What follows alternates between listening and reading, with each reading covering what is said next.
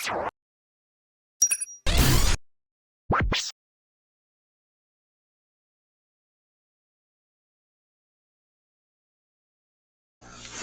वालेकुम गाइस, क्या हाल चाल है आप सबका।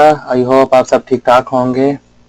मेरा नाम तैमूर ख़ान है और आज मैंने डिसाइड किया था कि आपको फंडामेंटल्स के बारे में थोड़ा बताऊं और थोड़ा गाइड करूं कि फंडामेंटल एक्चुअल में होता है क्या है और इनका फॉरेक्स मार्केट में क्या इम्पैक्ट होता है।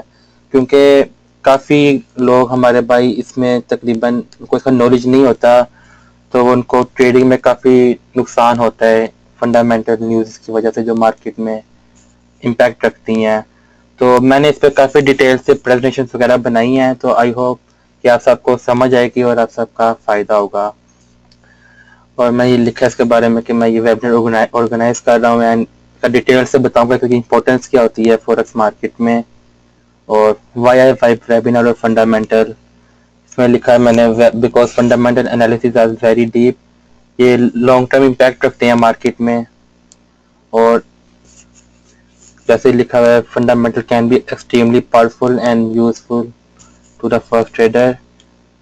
और जो मेरा असल रीज़न था वेबिनार करने के लिए, क्योंकि इसकी कोई आपको प्रॉपर नॉलेज नहीं देता मार्केट में। अगर आप यूट्यूब पे भी देखें वीडियोस, उर्दू हिंदी में भी देखें, इवन इंग्लिश में भी देखें, तो आपको प्रॉपर गाइडेंस कोई नहीं देता। हर किसी ने 5-10 मिनट की वीडियो जरूर बनाई होगी, लेकिन जस्ट बेसिक का बैक थ्रू किया होगा जिससे आपको प्रॉपर नॉलेज नहीं मिल पाता।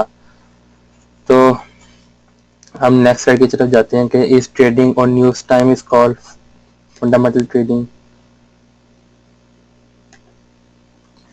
The real math fundamental trading does not mean to trade at a time of news but to trade the impact of news। मतलब कि काफी हमारे पाकिस्तानी लोगों का माइंड सेट है कि अगर न्यूज 3 बजे है ना, तो 2:58 के ऊपर ना एक ऊपर ट्रेड लगा देंगे, एक नीचे ट्रेड लगा देंगे। जो कि ये सारी ट्रिक्स वगैरह फजूल हैं अब करना यूज, तो ये ठीक होता है। लेकिन जब आप पता था कि न्यूज कितनी बड़ी आ रही है, उसका क्या आपको हमने स्टडी किया हो, तो फिर एक ट्रेडिंग करना ठीक होता है। और काफी ट्रेडर जो है ना वर्ल्ड वाइड अच्छे ट्रेडर्स हैं, वो अपनी ट्रेड को कैंसिल कर देते हैं न्यूज आने से पहले। इवन के कभी मैं भी ट्रेड लगी हो तो मैं भी इवन कैंसिल कर देता हूँ ट्रेड। प्रॉफिट में लॉस में वो इशू नहीं है। अगर आपको पता ही नहीं कि न्यूज क्या मार्केट में इम्पैक्ट दे सकती है, तो रिस्क लेने से अच्छा कि अभी ट्रेड कैंसिल कर दी जाए। नेक्स्ट की तरफ जाते हैं। ये मैंने 3 पोर्शन बनाए थे, एक इकोनॉमिक इंडिकेटर्स का, एक सेंट्रल बैंक्स का और एक रिस्क का। तो मैंने ऐसी परसेंटेज दी थी 100 में से, तो हमारा तकरीबन 97% वेबिनार इंडिकेटर्स के ऊपर है जो डिफरेंट न्यूज़ होती हैं, एंड 2% मैंने जो सेंट्रल बैंक्स को दे दिया एंड 1% रिस्क। सबसे पहले रिस्क को पढ़ लेते हैं ताकि बाकी दोस्तों पे हम डिटेल से देखते हैं। In our global economy, news from anywhere in the world can affect the forex market in many ways. These effects can manifest as rapid price movement or changes in trend direction long term outlook। जब भी कोई news आती है market में कोई भी level की, तो उसका इम्पैक्ट काफी लॉन्ग टर्म भी हो सकता है। इवन के मार्केट जिस डायरेक्शन में चलिए पूरा डायरेक्शन ही चेंज हो सकती है। अगर एक मार्केट सेल हो रही है तो क्या होता है, इतनी हैवी न्यूज आए कि उस सेल से इतना बड़ा बिग मूव होकर नया ट्रेंड ही बिग का स्टार्ट हो जाए। ये भी समटाइम ऐसा देखने को होता है। और ये मैंने कुछ थोड़ा अपनी रोमन उर्दू में लिखा था ताकि जिसको थोड़ा नहीं समझ आया पर वो ये दोनों लाइनें मैंने लिखी थी कि फॉरेक्स मार्केट बहुत रिस्की है। मैं सिर्फ ये वेबिनार आपके साथ अपना नॉलेज शेयर करने के लिए कर रहा हूँ, किसी को भी ट्रेडिंग के लिए मशा या ट्रेडिंग के लिए फोर्स नहीं कर रहा। सिंपल बात है, ये जस्ट एक वेबिनार है फॉरेक्स ट्रेडिंग के ऊपर। इसका ये मतलब नहीं है कि मैंने आपको कोई इन्फॉर्मेशन दे रहा हूँ कि आप लोग ट्रेडिंग स्टार्ट कर दो, मैं किसी ब्रोकर की एडवर्टाइजमेंट कर रहा हूँ। कि ये जस्ट सिंपली मैंने अपना जो मेरा अपना नॉलेज है आप लोगों से शेयर कर रहा हूँ। अब हम इकोनॉमिक इंडिकेटर्स की तरफ आते हैं जिसके ऊपर हमारा पूरा वेबिनार बेस करता है 97%। सबसे पहले हमारे पास यूएसटी इकोनॉमिक इवेंट्स हैं। ये सारे यूएसटी में नॉर्मली आते हैं। ये कुछ मैंने हाईलाइट किए हुए जो जो काफ़ी इंपॉर्टेंट है, कुछ मैंने को नहीं हाईलाइट किया हुआ। वो जस्ट हम एक ऐसा पढ़ेंगे, लेकिन हम मेन जो तकरीबन ये 8-9 है इनको बारे में डिटेल से पढ़ेंगे क्योंकि इनका काफ़ी इम्पैक्ट होता है मार्केट में। और इसके बाद हमारे पास यूरोप के भी हैं एंड मैंने जेपीपी के भी, तकरीबन हर चीज़ मैंने फंडामेंटली कवर की है अपने वेबिनार में। तो सबसे पहले रिटेल सेल्स के बारे में पढ़ते हैं।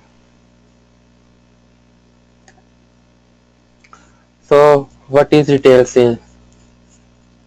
रिटेल सेल्स वो होती हैं जो एक का नाम है बिजनेस किसी चीज़ का बनाने का होता है, जो उसने चीज़ें बना ली होती हैं, जो उसके पास रेडी होती हैं फॉर सेल के लिए। नॉर्मली वो लोगों को अपनी चीज़ें वगैरह सेल करता है, और इसको कहते हैं रिटेल से, जो चीज़ें रेडी हैं सेल करने के लिए, और या जो चीज़ें हो चुकी हैं सेल। सेल मतलब जो चीज़ें सेल हो चुकी हैं मार्केट में लोगों को, उन चीज़ का ये डाटा आता है। ये तकरीबन हर करेंसी में ये रिटेल सेल्स का आती हैं, ये रिटेल सेल, तो इसको जज करना होता है कि तो नॉर्मली इसका यूएसए में मेरिट किस तरह होती हैं। इनका सेंसस ब्यूरो है जो सर्वे करता है ईच मंथ, एंड ये रिटेल सेल का इवेंट हर महीने नॉर्मली ये आता है। और अगर इसका इफेक्ट थोड़ा अच्छा हो, मतलब इसकी जो फोरकास्ट से अच्छा ज़्यादा आ जाए डाटा, तो ये करेंसी के लिए अच्छा साबित होती है रिटेल सेल। अच्छी मूवमेंट आपको 30-40 पिप आपको मूवमेंट मिलती है इस रिलीज होने पे। लेकिन अगर इसका डाटा पॉजिटिव आए, सेम अगर नेगेटिव आएगा तो मार्केट अगेंस्ट जाएगी। तो इसको मेजर करने का तरीका सिंपल होता है। आप जीडीपी देखते हैं लास्ट का क्वार्टर का, एंड लास्ट एक कोर रिटेल सेल्स देखते हैं, एंड सीबी कंज्यूमर कॉन्फिडेंस देखते हैं। अगर ये तीनों इवेंट्स अदर यूएसडी के लास्ट मंथ के अच्छे हों तो नॉर्मली रिटेल सेल्स भी बेहतर आती है। ये इसको जज करने का तरीका होता है रिटेल सेल्स को। अब हम इसके बारे में बैक जाते हैं, अगला इवेंट को देखते हैं। नेक्स्ट में हमारे पास, मैं आपको इम्पोर्टेंट पढ़ाऊँ या साथ से एक साथ से कवर करवाता रहा हूँ? एनीहाउ, इसी को सेकंड हमारे पास आईएसएम मैन्युफैक्चरिंग पीएमआई है। इसका मैंने अलग सा पेज से नहीं बनाया, इसके बारे में मैं आपको ऐसे ही बता देता हूँ। ये भी तकरीबन हर वीक कह रहा हूँ, ये भी तकरीबन हर मंथली आता है इवेंट आईएसएम मैन्युफैक्चरिंग पीएमआई का। और इसको परचेजिंग मैनेजर जो होते हैं मैन्युफैक्चरिंग इंडस्ट्री के, वो इसका डाटा निकाल के देते हैं। तकरीबन लास्ट कुछ अरसे से इसका डाटा पॉजिटिव ही आ रहा है, काफ़ी मतलब के टाइम हो गया है।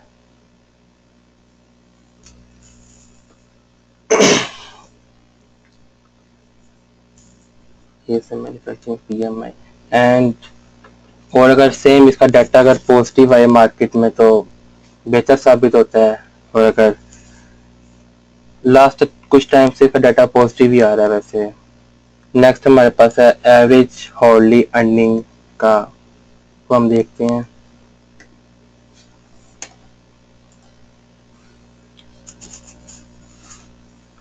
ये मैंने कुछ लिखा हुआ है इसके बारे में, एवरेज हॉर्ली अर्निंग के बारे में। और ये भी इंडिकेटर मंथली रिलीज होता है एवरेज हॉर्ली अर्निंग का। ये मैं लिखा हुआ है average hourly earning measures the change in the price business pay for labor not includes the agriculture sector. A higher than expected reading should be taken as positive, for reading should be taken as negative, for USD is lower than expected. इसका same ये लिखा हुआ है average hourly earning का, जो चीज़ें पे की जाती हैं बिजनेस पे करता है, इसके बारे में होता है लेबर्स को नोट, और ये एग्रीकल्चर सेक्टर इसमें इन्वॉल्व नहीं होता। और मैंने सुना इस normally the same as forecast, तकरीबन जो इसकी फोरकास्ट लगी होती है नॉर्मली ये वही डाटा आता है मार्केट में। और मैंने थोड़ा डिटेल से लिखा हुआ है, अगर लास्ट मंथ का पीपीआई प्रोड्यूसर प्राइस इंडेक्स का डाटा पॉजिटिव हो तो इसका मतलब है एवरेज हॉर्ली अर्निंग का डाटा भी पॉजिटिव आ सकता है। और इसको मेजर करने का तकरीबन चांस होता है कि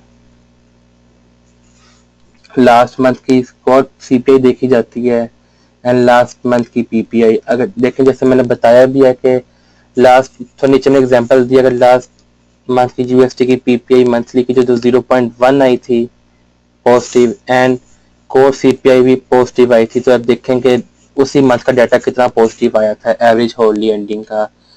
तो इसको जज करने का आसान तरीका यही होता है कि आप सिंपली इन दोनों को जज कर लें। अगर लास्ट मंथ की स्कोर सीपीआई बेहतर है एंड लास्ट मंथ की पीपीआई बेहतर है तो आप मेक श्योर हो जाते हैं कि इसका डाटा पॉजिटिव ही आएगा। ये इसको मेजर करने का तरीका होता है एवरेज होर्ली अर्निंग का।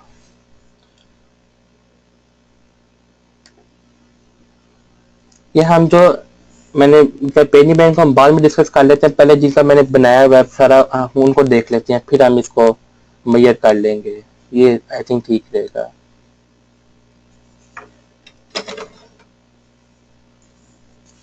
वैसे तो नॉन फॉर्म एम्प्लॉय एनएफई भी इंपॉर्टेंट, आई डोंट नो कि मेरे साथ क्यों नहीं बनाया पेज है, मैं इसको बाद में डिटेल से एक्सप्लेन कर देता हूँ। आगे हमारे पास है अनएम्प्लॉयमेंट रेट। अनएम्प्लॉयमेंट रेट को जॉबलेस भी कहते हैं, रेट भी कहते हैं, और इसको अपनी जुबान में बेरोजगारी की तादाद कहेंगे। इसका मतलब होता है कि एक मुल्क में कितने लोग अभी काम नहीं कर रहे और जिनकी एज हो चुकी है ऑफिशियली काम करने की, जो लेकिन वो लोग जिन लोगों को एम्प्लॉयमेंट नहीं मिली हुई, इसको वो डाटा होता है और इसका मार्केट में ठीक ठाक इफेक्ट होता है। तो ये काफी इम्पोर्टेंट डाटा होता है मार्केट में। तो जाहिर बात है जो चीज ये जितना कम आए करेंसी के लिए उतना बेहतर साबित होती है करेंसी के लिए। इसका डाटा हमेशा नेगेटिव में हो तो बेहतर साबित होता है। ये मैंने एक फार्मूला बताया जिससे इसका रेट निकाला जाता है। ये employment rate equal number of unemployed person और नीचे लेबर फोर्स। और इसको मेजर करने का तरीका होता है कि नॉन फॉर्म पेरोल देखी जाती है लास्ट मंथ की, और इनका सेंसस ब्यूरो है जिसके ऊपर ये अपडेट कर रहे होते हैं अपना डाटा वगैरह, तो उसको मेजर करके भी आप इसके बारे में अंदाजा लगा सकते हैं। तो इसको मेजर करना इतना मुश्किल नहीं होता, इस पर आप अच्छी ट्रेडिंग कर सकते हैं इस इंडिकेटर के ऊपर लास्ट टाइम की नॉन फॉर्म पेरोल को देख के। एंड जो इनकी यूएसए की सेंसस ब्यूरो की वेबसाइट है वहां से आपको काफी इसकी हेल्प मिल जाती है। और जिम्बाब्वे में एक टाइम पे 80% भी रिकॉर्ड की गई है, जो कि बहुत गलत है। मतलब कि एक मुल्क में 80%, आप सोच भी नहीं सकते कितना गलत है कि 80% लोगों के पास जॉब ही ना हो। ये जिम्बाब्वे कंट्री में रिकॉर्ड की गई है। अनएम्प्लॉयमेंट के बारे में बता रहा हूँ। एंड इसके बाद अनएम्प्लॉयमेंट क्लेम्स का सेक्शन, बाकी सारे मैंने छोड़ दिए थे लेकिन मैं सबको आप लोगों को बताऊंगा जरूर इन चीज़ों के बारे में। अगला हमारा है अनएम्प्लॉयमेंट क्लेम्स। ओके, ये इसको हम अपनी जुबान में बेरोजगारी का मुतालबा कहेंगे। और इसका इनिशियल क्लेम भी, इसका दूसरा साइनियम एंड जॉबलेस क्लेम भी। और इसका होता ही है कि जो लोग जिन लोगों की एज मतलब ज्यादा होगी, तो जो लोग काम नहीं कर रहे होते, तो ये गवर्नमेंट उन लोगों को पैसे देती है। मतलब जो लोग रिटायर वगैरह हो चुके होते हैं, ये वो होता है। तो नॉर्मली ये टैक्सेस वगैरह से जब लोग कलेक्ट करते हैं ये गवर्नमेंट वगैरह, तो वही पैसा आगे देती है लोगों को। नॉर्मली यूएसए वगैरह में होता है क्या, जो आपका एम्प्लॉयर होता है ना, वो आपके आपके बिहाफ पे कुछ पैसे रखते हैं अपने पास, आपकी सैलरी से कुछ परसेंटेज कट करके। तो जब आप रिटायर कर जाते हैं तो फिर आपको देते रहते हैं वो लोग आपको रिटर्न में पैसे। और इसको मेजर करने का तरीका का लास्ट रिजल्ट होता है। अगर लास्ट रिजल्ट भी पॉजिटिव हो तो बेहतर साबित होता है। और दूसरा मैंने ये वेबसाइट बताई थी ट्रेडिंग economics.com/united states/jobless claim, वहां पर जाके भी आपको एनालिसिस का मौका मिल जाएगा। वहां जाके भी आप इजीली देख सकते हैं कि इसके बारे में क्या हो रहा है, क्योंकि ये भी मंथली रिलीज होता है इवेंट। तो आप लोग इस पे देख के लिंक के ऊपर जाके आपको काफी पता चल जाता है कि इस पर क्या डाटा आ सकता है। और ये डाटा अगर ये डाटा अगर जितना कम आए उतना अच्छा होता है, जितना ये डाटा ज्यादा है उतना ये करेंसी के लिए बुरा होता है। ये मैंने साथ आपको डायग्राम में बताया भी है, good for currency and negative impact for currency unemployment claims का साथ। नेक्स्ट हमारा है इंटरेस्ट रेट। इसको यूएसए में फेडरल फंड रेट कहते हैं। हर कंट्री में इसका अलग नाम है लेकिन है इंटरेस्ट रेट। इसके बारे में हम देखते हैं। सबसे पहले ये बात आप लोग याद रखें कि ये बहुत बड़ा इवेंट होता है। मतलब इसको हम नंबर 1 पे रखेंगे। अगर हम अपनी फॉरेक्स ट्रेडिंग जो लोग करते हैं वो लोग इसको बहुत अहमियत देती हैं इस डाटा को, क्योंकि ये डाटा की वजह से मार्केट में बहुत बड़ा मूव भी कभी कभार हो जाता है। और जब भी डाटा रिलीज होता है मार्केट में हलचल जरूर होती है। और इंटरेस्ट रेट एक बहुत ज़रूरी होता है अपनी कंट्री का एक लेवल पे रखना। और इसका थोड़ा डिटेल से हम देख लें डिटेल में क्या है। ओके, डिटेल में मैंने एक विकीपीडिया का लिंक दिया हुआ है, एक इन्वेस्टोपीडिया का, वहाँ पर जाके आपको पता चलेगा इंटरेस्ट रेट होता क्या है।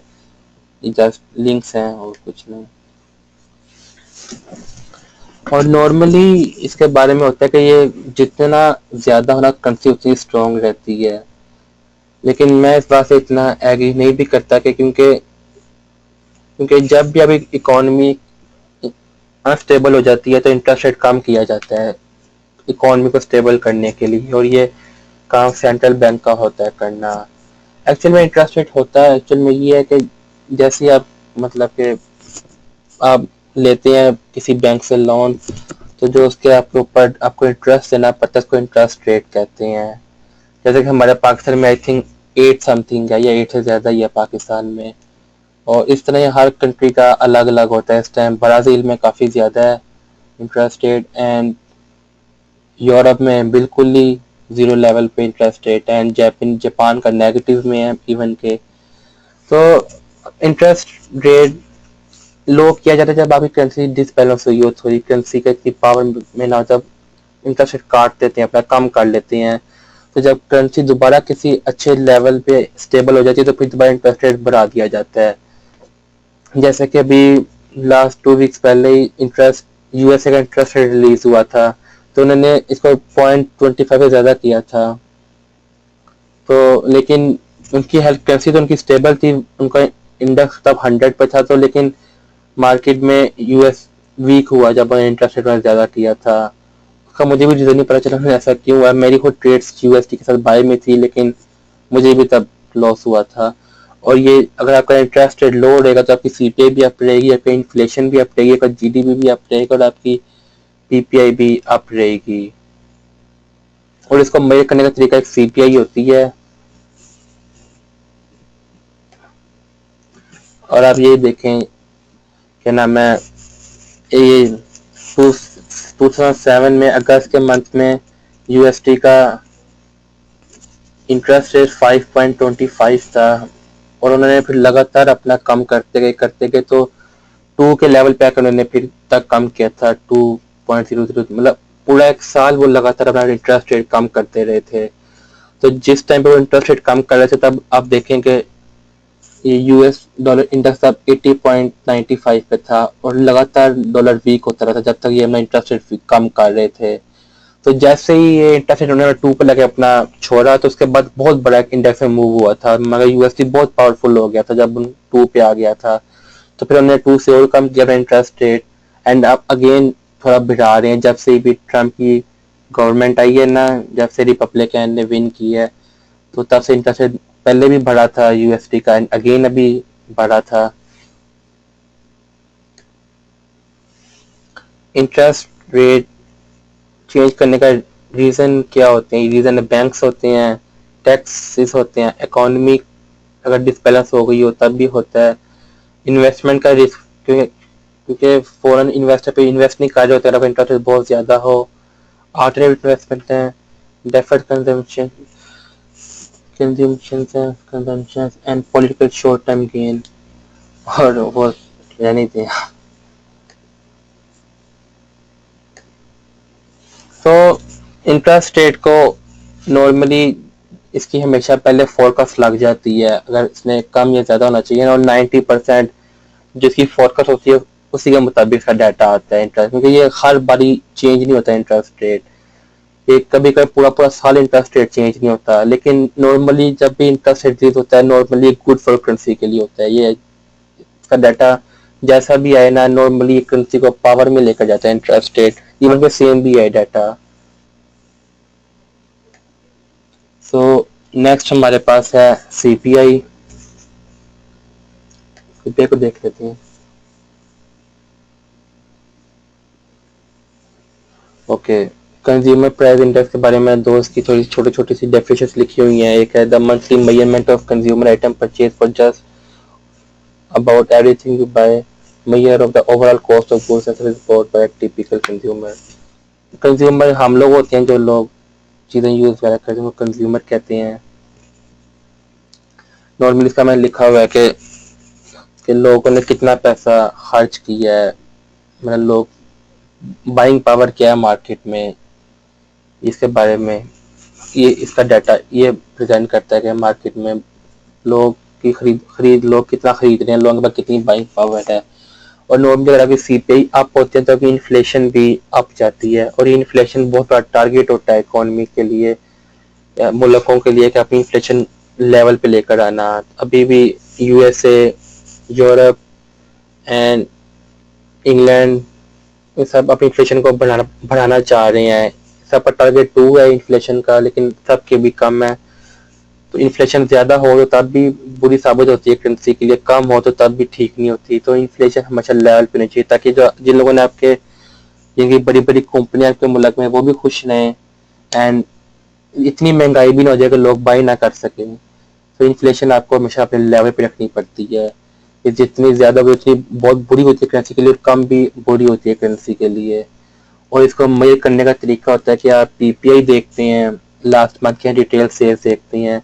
अगर आपकी सेल्स का डाटा पॉजिटिव आता है तो नॉर्मली सीपीआई भी पॉजिटिव आती है, और सीपीआई का अच्छा ठीक ठाक इम्पैक्ट होता है मार्केट में, ठीक ठाक मूव रखती है मार्केट में। अगर आप लास्ट का डाटा देख लें दोनों के, तो आपकी सीपीआई भी पॉजिटिव, अगर ये दोनों चीज़ें पॉजिटिव आई हैं, पीपीआई एंड रिटेल सेल्स, तो सीपीआई भी आपकी पॉजिटिव ही आती है।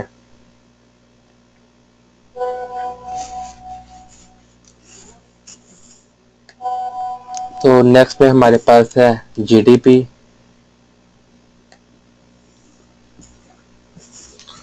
ग्रोस डोमेस्टिक प्रोडक्ट इसका नाम है। ये नॉर्मली होता है कि लिखा हुआ कि आपके, ये नॉर्मली क्वार्टरली रिलीज होती है, और है मैंने ईयर का आपको बता देता हूँ वैसे ही। यार ये जीडीपी का जो ईयरली डाटा था ना, वो पॉजिटिव ही आता है यूएसडी का, वो नेगेटिव नहीं आता। तो जो वो ईयर में एक दफा ही आता है, जब भी जीडीपी ईयरली का जब आगे वाई लिखो तो समझ लें कि इसका। उमर, आप मुझे व्हाट्सएप में मैसेज कर दो, रिकॉर्डिंग नहीं मैं सुन सकता, आपने जो भी मैसेज मुझे किया है आप मुझे मैसेज कर दो उमर। और कोई वेबिनार में कोई प्रॉब्लम आ रही तो मुझे बता दो, ताकि इसको मैं ठीक कर लूँ। Thank you. तो जीडीपी का जो नॉर्मली ईयरली डाटा पॉजिटिव है, जैसे मैंने बताया आपको, जो क्वार्टरली होता है उसमें थोड़ा अफेक्ट होता है अप डाउन का।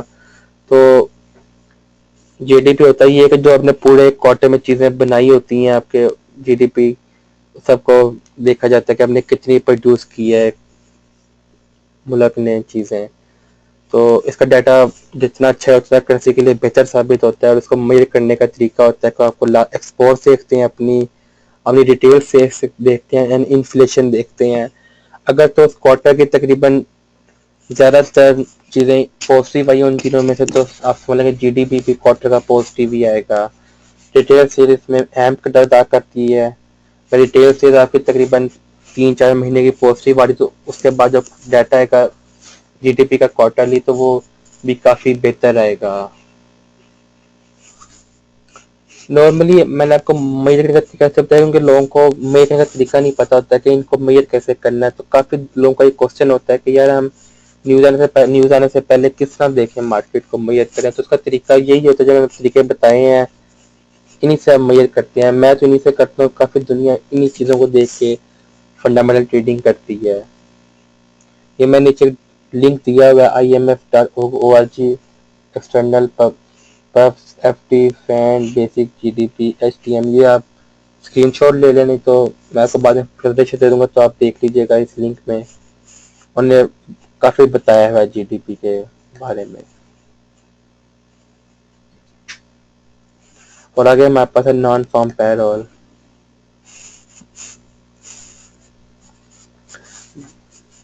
नॉन फार्म पेरोल का मतलब ये होता है कि आपके एक पीरियड के, ये भी इवन मंथली रिलीज होता है यूएसडी का, कि आप लोगों में कितने लोगों ने कहीं और जॉब करना स्टार्ट किया, एक जॉब छोड़ के ही, उसका एक डाटा ये आता है नॉन फॉर्म एम्प्लॉयमेंट चेंज का।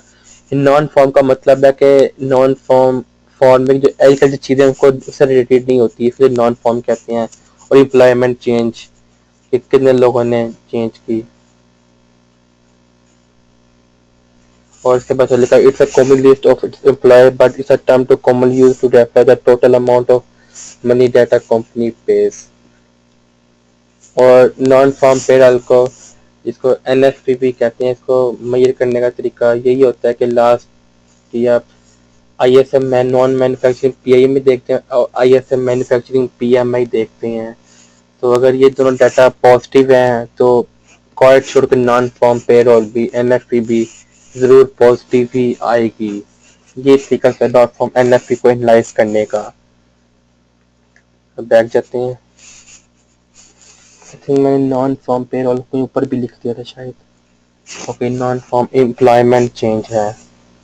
तो अब हम नॉन फॉर्म, हमने सारे जो मुझे थोड़े इस पे लगते थे यूएसटी में, जो काफ़ी मार्केट में ये सारे डाटा काफ़ी इफेक्ट रखते हैं फॉरेक्स मार्केट में। ये बाकियों का हम छोड़ भी सकते हैं, बाकियों की भी ठीक ठाक होती है, अपने हर इंडिकेटर की अपनी वैल्यू होती है, लेकिन ये जो मैंने बताए ये मोस्ट फेवरेट थे। है सबसे पहले हम देखते हैं ये नॉन फॉर्म एम्प्लॉयमेंट चेंज है जो नंबर 4 वाला है। एंड उसके बाद फिर क्यूडल इन्वेंट्रीज को नहीं हम देखेंगे। एंड पीपीआई के बारे में मैं आपको बता रहा था पीपीआई क्या होती है। उसके बाद ये हमने प्रीलियम जीडीपी से रिलेटेड होता है, ये भी हमें है। सबसे पहले देखते हैं non farm employment change. Normally अगर डाटा ज्यादा आए तो ये करेंसी के लिए अच्छा साबित होता है। इसको हम नॉन फॉर्म पेरोल भी कहते हैं इस डाटा को। और इसका तकरीबन वही मतलब होता है कि इस टाइम में कितने लोगों ने अपनी एम्प्लॉयमेंट चेंज की है, इसको इसलिए कहते हैं।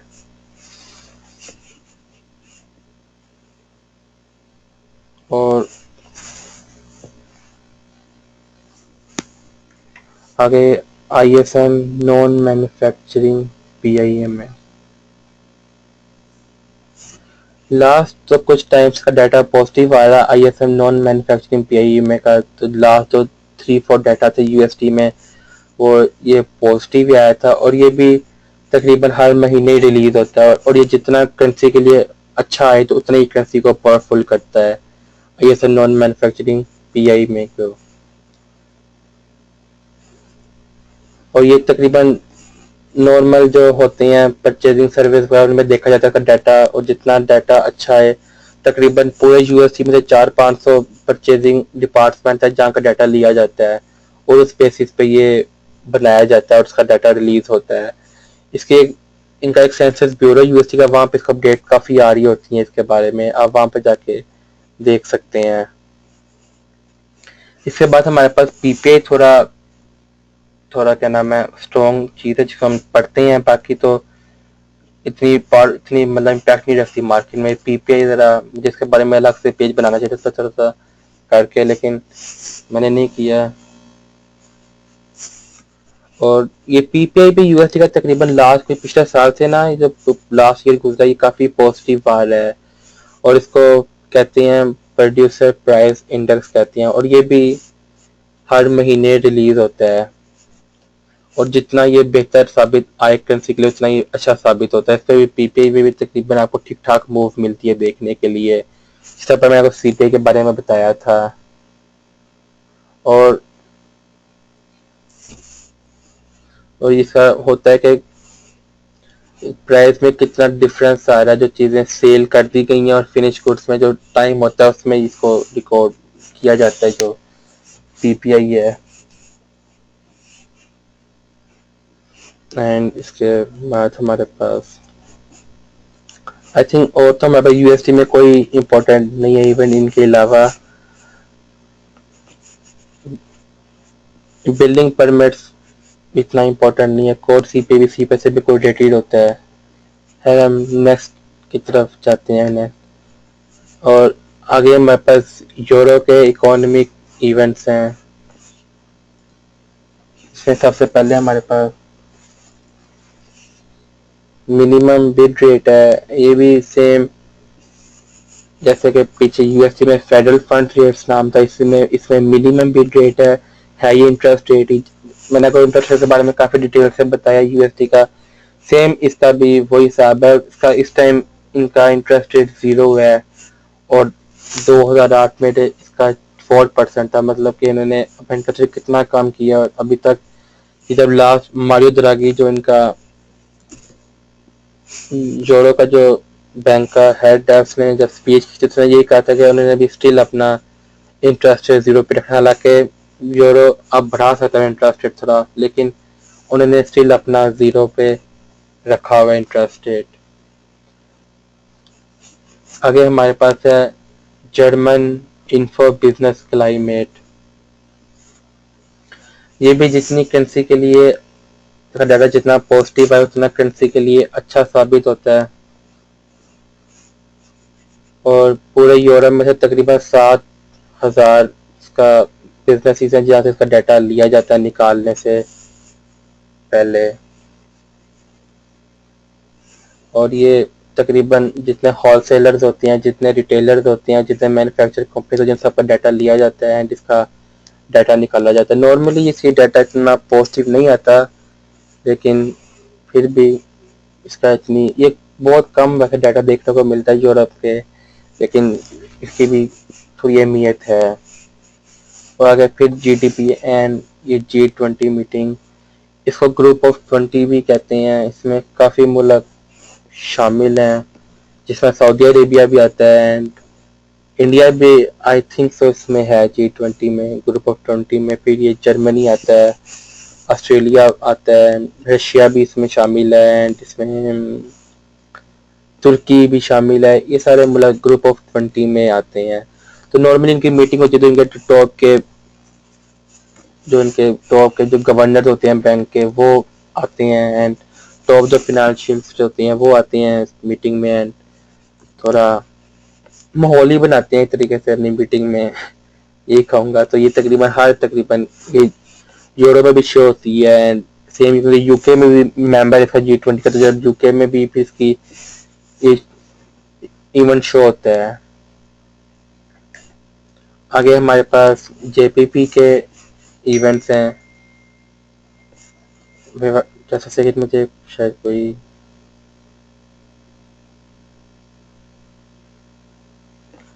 ब्रदर वेबिनार बस इतना और लोग नहीं, आई थिंक 10 to 15 मिनट्स में हम एंड कर लेंगे। थैंक यू आपने पूछा। सबसे पहले तो हम देख लेते हैं इसमें ऑफिशियली बैंक रेट जो है। सेम जैसे पीछे मिनिमम बिड रेट है, इसमें इंटरेस्ट रेट को ऑफिशियल बैंक रेट कहते हैं। JPP का इंटरेस्ट रेट को ये नाम है एंड CPI हम ऑलरेडी पढ़ चुके हैं। क्लाइमेट काउंट के शायद नहीं पढ़ा, भी हमने डिटेल से भी हमने पढ़ लिया है। GDP भी देख लिया। और ये जो इन्फ्लेशन रिपोर्ट है, ये जब भी इंटरेस्ट रेट रिलीज होता है तो ये रिपोर्ट वगैरह आती है, तो इसको हम देख सकते हैं रिपोर्ट की वेबसाइट पे जाके। जस्ट उसको एनालाइज इतना नहीं किया जा सकता। सेम हमारे पास परचेजिंग मैनेजर इंडेक्स आ गया, मैन्युफैक्चरिंग PMI, ये भी मंथली रिलीज होता है। और ये जैसे मैं पहले बताया था, ये भी सेम वही चीज़ है कि अलग मैनेजर जो होते हैं परचेजिंग मैनेजर, उनका एक डाटा लिया जाता है। और ये पूरे इंग्लैंड में 600 तकरीबन परचेजिंग मैनेजर था जिसे पूछा जाता है और डाटा बनाया जाता है। तकरीबन ये ऑर्डर्स वगैरह सप्लायर्स वगैरह को का डाटा मिल के ये बनता है मैन्युफैक्चरिंग PMI। एंड ये कंस्ट्रक्शन PMI है, फिर सर्विसेज PMI है एंड मैन्युफैक्चरिंग प्रोडक्शन इसमें इम्पोर्टेंट, उसको हम देख लेते हैं। और आई थिंक मैन्युफैक्चरिंग प्रोडक्शन को हम फैक्ट्री प्रोडक्शन भी कहते हैं।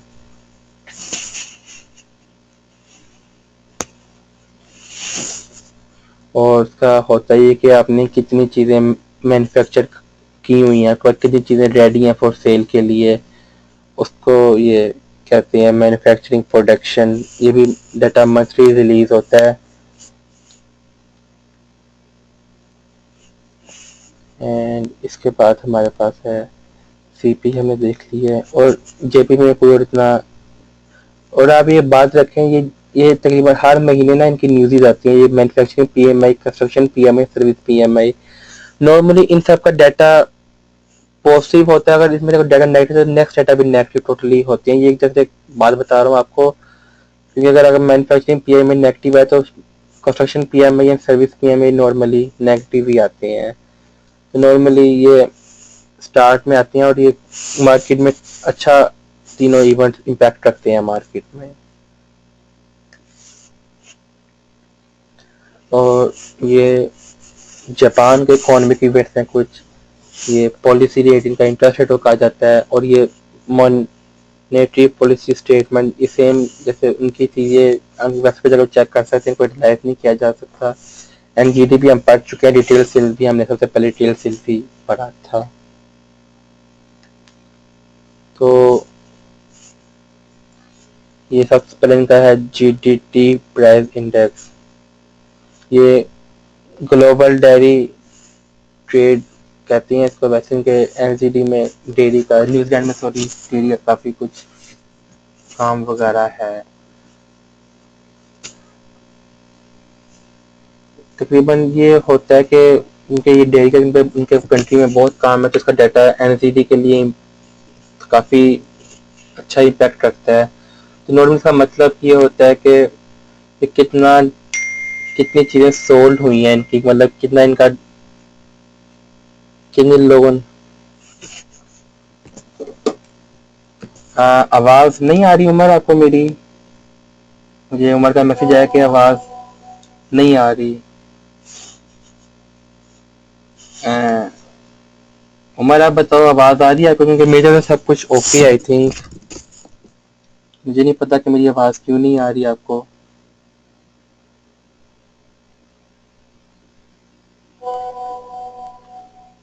ये दूसरे भाई ने कहा है कि आवाज आ रही है। उमर आप अपना जरा वो उतार के देखो माइक का। ओके ठीक है, आवाज आ रही है यार, ठीक है। जीडीपी प्राइस इंडेक्स यार यही होता है कि जितना कुछ आपने कितना सेल किया है, इस पर कितनी आपकी सेल हुई है ये। एंड ट्रेड बैलेंस जिनका वो आता है बजट, उसको ट्रेड बैलेंस तकरीबन कहा जाता है। स्टेटमेंट हो, cash rate, unemployment, unemployment rate भी, रिटेल सेल्स भी जीत। एंड ये G7 होता है यार, ये ग्रुप ऑफ 7, जैसे ग्रुप ऑफ 20 था, इसमें एक फिल्म है ग्रुप ऑफ 7 के नाम से। और इसमें तकरीबन इसमें भी तकरीबन वो एक कंट्री था जो ग्रुप ऑफ 20 में, इसमें आई थिंक फ्रांस है, जर्मनी है, जापान हो गया, इटली हो गया और कनाडा हो गया। ये कंट्रियां, उनकी भी सेम ऐसी मीटिंग होती है, और इनके भी टॉप के जो हैं सारे लोग वो आते हैं मीटिंग में। सेंट्रल बैंक के जो हेड होंगे वो लोग आ जाएंगे, और जितने फाइनेंशियलिस्ट होंगे वो सारे आ जाएंगे इसमें। बाकी हम जीडीपी भी पढ़ लिया, सीपीआई भी पढ़ लिया, रिटेल सेल्स भी, अनएम्प्लॉयमेंट रेट भी, हम एम्प्लॉयमेंट चेंज भी, इंटरेस्ट रेट भी, एंड रेट स्टेटमेंट भी, ये इनकी वेबसाइट पे आती है। एंड सीएच जो ये स्विस फ्रांक करेंसी है, इसमें लाइबर रेट में इंटरेस्ट रेट कहा जाता है। And SNB monetary policy state assessment, इनकी एक वही स्टेटमेंट आती है कि वेबसाइट पे देख सकते हैं जाके। एंड पीपीआई हम पढ़ चुके हैं, इसलिए हम इसको भी नेक्स्ट करते हैं। ओके, कैड में सबसे पहले ट्रेड बैलेंस है, और सॉरी मैं लास्ट ट्रेड बैलेंस मैंने आपको कल बता दिया था। ट्रेड बैलेंस का मतलब होता है कि जब याद है ट्रेड बैलेंस यार, ये होता है कि जैसे कि पाकिस्तान है तो पाकिस्तान की जो इम्पोर्ट एंड एक्सपोर्ट का जो डिफरेंस आता है ना, उसको ट्रेड बैलेंस कहते हैं। सॉरी मैं लास्ट टाइम कुछ गलत बता गया चलो इसके बारे में। नॉर्मली यार ट्रेड बैलेंस में आपकी जो एक्सपोर्ट्स है वो आई थिंक आपकी ज़्यादा होनी चाहिए ट्रेड बैलेंस, मतलब आप लोग जो चीज़ें आप लोग बाहर बेच रहे हो वो आप ज़्यादा होना चाहिए इम्पोर्ट से। तो इनके तकरीबन डाटा बिलियंस में होते हैं, क्योंकि बहुत ज़्यादा इम्पोर्ट एक्सपोर्ट होती है। तो नॉर्मली आपकी जितनी आपकी एक्सपोर्ट ज़्यादा होगी डिफरेंस, उतना आपके लिए डाटा अच्छा साबित होगा। एम्प्लॉयमेंट चेंज हम पढ़ चुके हैं, एम्प्लॉयमेंट रेट भी देख चुके हैं। मैन्युफैक्चरिंग सेल हमने शायद नहीं पढ़ा पहले, मैन्युफैक्चरिंग सेल हमने पढ़ा या नहीं पढ़ा, आई थिंक मैन्युफैक्चरिंग सेल, या मैन्युफैक्चरिंग सेल अगर नहीं पढ़ा तो यही होता है कि फिनिश सेल का पीरियड, आई थिंक हमने पहले पढ़ा है, मुझे लगता है मैन्युफैक्चरिंग सेल्स हमने पहले किसी में देखा है। एंड पॉलिसी रिपोर्ट भी डेट रेट में ओवरनाइट रेट, इसमें ओवरनाइट कहते हैं रेट, इंटरेस्ट रेट का नाम स्कैड में ओवरनाइट रेट है। सीपीआई हम पढ़ चुके हैं, रिटेल सेल्स भी हम, एंड जीडीपी भी हम, रिटेल सेल्स भी। ठीक है, ओके। एयूडी में जीडीपी हमने पढ़ लिया, अब रिटेल सेल्स भी हमने पढ़ लिया। अब क्या था, ट्रेड बैलेंस का भी मेरे को बता दिया है कि ये difference between imported and exported goods का इसमें फ़र्क होता है। और ये एयूडी में आई थिंक हर महीने इसका डाटा आता है ऑस्ट्रेलिया का। एंड बिल्डिंग अप्रूवल्स का आपको इतना इसका इम्पैक्ट मार्केट में वैसे ही नहीं होगा, क्योंकि इस पर कितनी आपको अप्रूवल मिली है बिल्डिंग्स बनाने, इसका मतलब ये है normally. Employment change and employment rate भी हम पढ़ चुके हैं। ये प्राइवेट कैपिटल एक्सपेंडिचर, ये कोई नई चीज़, I think private capital expenditure मैंने शायद वो स्टडी भी नहीं किया आई थिंक, इसलिए मुझे मैं आपको बता नहीं सकता। खैर मैं आपको इसके बारे में अपडेट कर दूंगा बाद में किसी के लिए वेबिनार हुआ हमारा तो, या आप सबको व्हाट्सएप पे जो अटेंडी है, और जब ये वीडियो मैं अपलोड करूंगा तो मैं उस पर आगे साइड में ऐड कर लूँगा। सो हमने तकरीबन काफ़ी ज़्यादा इवेंट्स पढ़े हैं। नॉर्मली ये जो इवेंट्स बताए हैं आपको, इनको जज करने का तरीका, जैसे डिटेल्स का जज करने का तरीका बताया, हम इसको थोड़ा स्टडी कर लें, देख लें कैसे जज किया जाता है। सेम एवरेज होल्डली अर्निंग का मैंने बताया आपको, अब इसको देख लें कि कैसे स्टडी किया जाता है, तो कैसे इस पर ट्रेड ली जा सकती है। ऐसे मैंने अनएम्प्लॉयमेंट क्लेम्स का बताया है, और ये भी थोड़ा देख लें, मैं थोड़ा भूल गया था आपको। ये वेबसाइट पे जाके आप देख सकते हैं, सारा डाटा आ रहा होता है, तो डाटे के हिसाब से आप एवरेज निकाल के डाटा निकाल सकते हैं। तो ये आप अनएम्प्लॉयमेंट क्लेम्स पे आप अच्छी ट्रेडिंग करके मार्केट को कैच कर सकते हैं, अपने हिसाब से ट्रेड ले सकते हैं। तो मार्केट का आपको पहले इम्पैक्ट पता होगा। तो ये सारे तरीके सब जो इम्पोर्टेंट सबका मेरे को तरीका बताया कैसे जज करना है। और हम आगे देखते हैं, ये हमें सॉरी आई थिंक अब हम आगे से बैक गलती से मेरे क्लिक हो गया था, ये सब हम देख चुके हैं। तो अब हम थोड़ा सेंट्रल बैंक जस्ट मैंने एक लिस्ट बनाई थी, जो कि लिस्ट आप लोग शायद अभी के लेसन को ठीक है लगे, लेकिन ये लिस्ट वो है सेंट्रल बैंक की जो उनके टारगेट्स पर कह रहे हैं कि हमने क्या अचीव करने हैं। और जो काफ़ी लोगों की जिन लोगों ने इस पर स्टडी की हुई है, इनकी थोड़ी लिस्ट है। जैसे कि सबसे पहले मेरे पास यूएसए का फेडरल रिजर्व, उसमें उनका फोकस ये है कि हम अपनी इन्फ्लेशन को बढ़ाएं, 2% करें। और उनका करंट अभी 1.7 है, मतलब अभी वो अपने उनका टारगेट से थोड़ा पीछे है, तो वो माइट भी इसको इंक्रीज करें इन्फ्लेशन को, जैसे तय करके किस तरह की जाती है पीछे। और उनका दूसरा टारगेट है कि अपनी एम्प्लॉयमेंट को डिक्रीज करें। ये तकरीबन हर मुल्क का होना चाहिए ये टारगेट, कि अपनी जॉब के वेले लोग बैठे हुए हैं उनको जॉब पे लगाया जाए। तो ये मतलब है, और ये पाकिस्तान के बारे में ज़्यादा डिटेल से सोचना चाहिए। और major banks analyst and suspecting के यूरो यूएसडी ने पार्टी लेवल पे आ जाएगा। एनी अभी तो ये 1.07 1.08 तक किया हुआ है, लेकिन लोगों का है अंदाज़ा कि माइट भी ये 1 पे आ जाए, मतलब यूरो एंड यूएसडी की वैल्यू 1 हो जाए। And best to buy against yen and euro, वैसे आता तो येन और यूरो ने इसकी सही बजाई हुई है यूएसडी की। And European central bank is at wedge of glass पे, ओह माय गॉड, कितने खतरनाक लफ्ज़ हैं ये।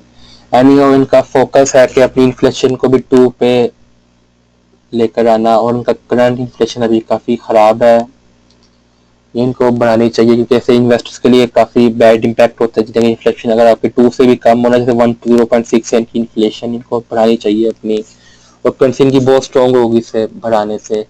और मेन फ्यूचर ये अपना इंटरेस्ट रेट इंक्रीज करें, जैसे अभी का 0 पे चल रहा है। बैंक ऑफ इंग्लैंड का फोकस है कि अपनी इन्फ्लेशन बढ़ाएंगे, उनकी भी 0.6 पे, उनका भी टारगेट 2% है। एंड ये अपना इंटरेस्ट रेट बढ़ाएंगे, का भी 0.25 है परसेंट।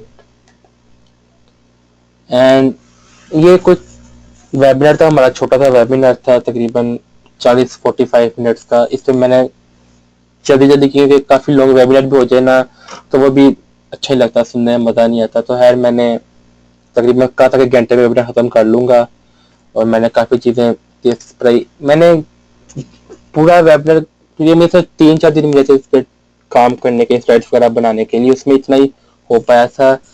और आई होप सो कि मैं नेक्स्ट वेबिनार भी करूँगा इंशाल्लाह आप लोगों की सपोर्ट के साथ। एंड जिस जिस चीज़ों पे आप लोगों ने आप मुझे कहेंगे, यदि ऐसी बात हो रही थी तो मैंने अपने हमारे व्हाट्सएप ग्रुप में बात हो रही थी, तो मैंने कहा था करना चाहिए, तो लोगों ने कहा था जी आप ज़रूर करें। तो मैंने 4-5-6 डेज में सही प्रिपरेशन की है एंड जितना मुझे मिला मैं बात मैंने डाला, और काफ़ी चीज़ें मैंने छोड़ भी दी थी क्योंकि मैं कहता इनकी ये भी चीज़ ज़रूरत नहीं है। इंशाल्लाह 1 या 2 मंथ तक मैं एक और इस पे वेबिनार करूँगा काफ़ी और डिटेल के साथ, जिसमें तकरीबन 100+ स्लाइड्स बना के एंड हर चीज़ को कवर करूँगा। है मैंने तकरीबन जो मेन चीज़ें थी सबको कवर किया मैंने अपने वेबिनार में। है हमने रिस्क भी देख लिया, सेंट्रल बैंक्स को भी देख लिया, इकोनॉमिक इंडिकेटर्स भी देख लिया। अब हम एंड की तरफ जाते हैं। तो यार ये थोड़ा सा मैंने अपना नंबर वगैरह दिया था आपको कि अगर आपको वेबिनार पसंद आया तो यार थैंक यू।